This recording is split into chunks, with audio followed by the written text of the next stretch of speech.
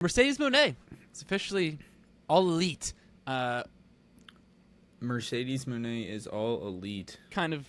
A week after she went on a podcast and said she was going to go back to WWE one day. Well, she probably will in like a year or two, I think. Bro, she said it. She was like, I'm going to be back one day, guys, so don't worry. Like, she said it on a podcast and then debuted for AEW a week later. Which I was just like, Tony Khan was probably like, why the fuck would she say that? Like, Tony Khan was probably so mad. But regardless, potentially their biggest signing other than CM Punk thus far. I mean, you got to think. I mean, they just ripped off 3 massive signings with Ospreay, Okada, and Monet. Yeah, but Mercedes is the biggest out of those 3. Just as far as like a name, I'm not saying like, I'm just saying as a name, like she's the most, like, you know what I mean? Just coming from WWE, like she's gonna be the biggest name. But regardless, I mean, yeah, massive signing for them. Hopefully it can give, as much as I do love the timeless Tony Storm gimmick, that's kind of been the women's division has been lacking from day one, kind of in AEW. Yeah. And it's been a bit better. It's been a bit better as of late, but I think Mercedes will give it another. It's just gonna force them to give it more thought and attention. Time. Because you have one of your biggest stars. Yeah, because you now have one of the biggest stars that you have to put on TV every week. And she's, you know what I mean? And she's, so it really, like, it has a huge impact on the entire product, which is good. It's good for wrestling. It's good for women's wrestling. And we're going to get some great stuff from Mercedes there. And it's been way too long since we've had her on weekly television. So that's going to be amazing. And I'll say this, 2 things I took away from her debut. The first thing being how important a good theme song is.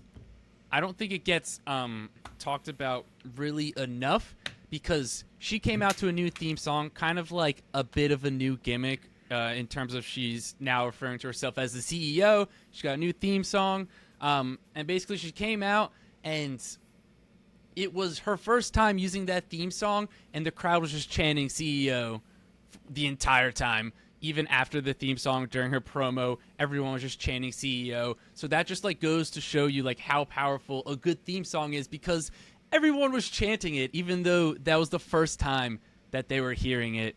And her other one on the indies, or like in not on the Japan indies, but like Stardom. in Japan, was not very good.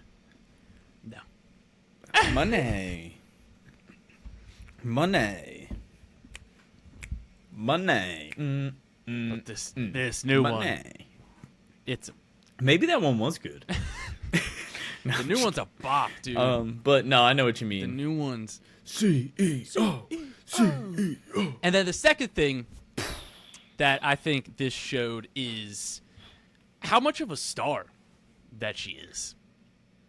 Again, just her coming out and everyone just like was so fired up. Obviously, it was in her hometown, but it doesn't matter where she was. She was getting that reaction, and obviously everyone just comes out chanting her nickname, even though it's just like a new gimmick. Like, she's just a star, dude. She is a massive, massive star, and that's one thing that I think that AEW sort of has an advantage on over WWE, is that they're throwing out the Benjis. They're going to pay you whatever they need to pay you to get you on board. Because I think, I could be wrong, I believe they said that Okada's deal was equivalent of like a couple million per year.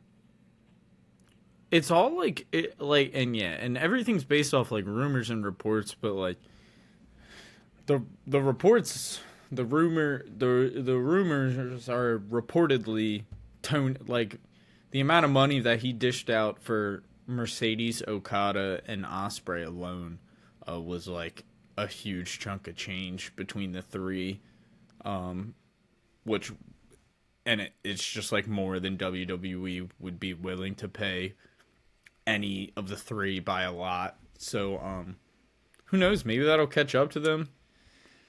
Like maybe they'll kind of have this.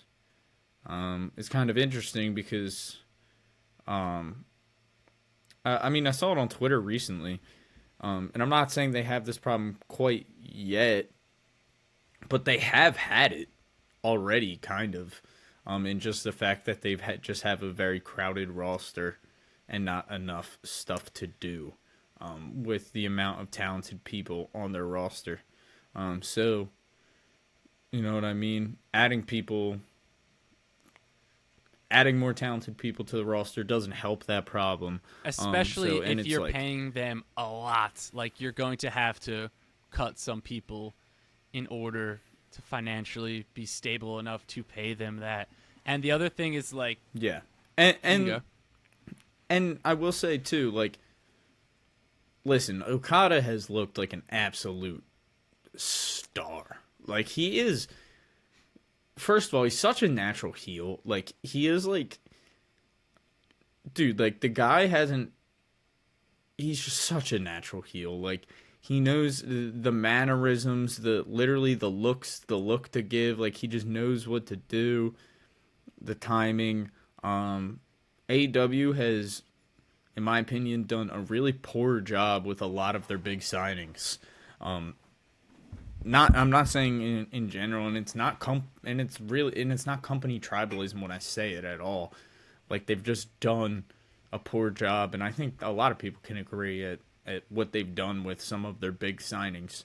And I know it hasn't been long, but this Okada signing, man, seems like Tony may have learned his lesson from like how he's handled a lot of these other big signings, because he has booked Okada like an absolute star, and it's been working great. And they also hired a writer, I believe. I don't know her name, but she was either Emmy nominated or Emmy winning writer also. I think it was like a couple of months ago as well. So it's kind of like, I think we may start to like slowly see like a change in like their on-screen product, which I think has been like one of their biggest flaws is just like the storylines. It's just been the storyline. Yeah, it's just been the storylines. But I mean, obviously you have Okada, you're teaming him with the Young Bucks. It's going to be interesting to see how that sort of works, because the Young Bucks just have such an outrageous gimmick, even though I love it, but it's just going to be interesting to see how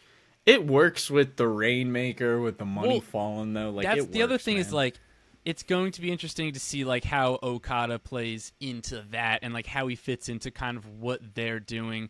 So, and especially throw in, it's been awesome so far. Yeah, and you throw in Kenny Omega. Come on now, we're gonna get some more Omega and Okada matches. Meltzer's gonna explode, dude.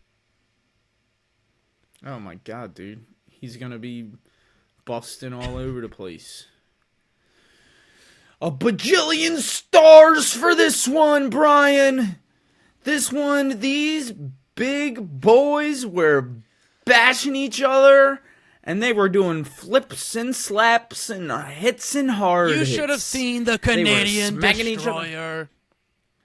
My God. They must have smacked each other around in a flippy formation about 1 billion times, Brian. And let me tell you, I'd give that match 17 billion stars. That's my impression of Dave Meltzer. Yeah, I mean, I haven't watched a single thing by him, so I can't tell you if it's a good impression or not, because don't waste your time watching that shit, because it's terrible. He's the worst. He's the worst. So let's move on to something that happened a couple. Flippity flopping and they're flipping around. Okay, 5 stars. I have a match star rating from 1 to 5. I'm giving this match 7.5 stars, because that makes a lot of sense. Yeah. And I'm not gonna give Kurt Angle any 5-star matches. And Shawn Michaels, you get 1, because it makes sense. What a dork.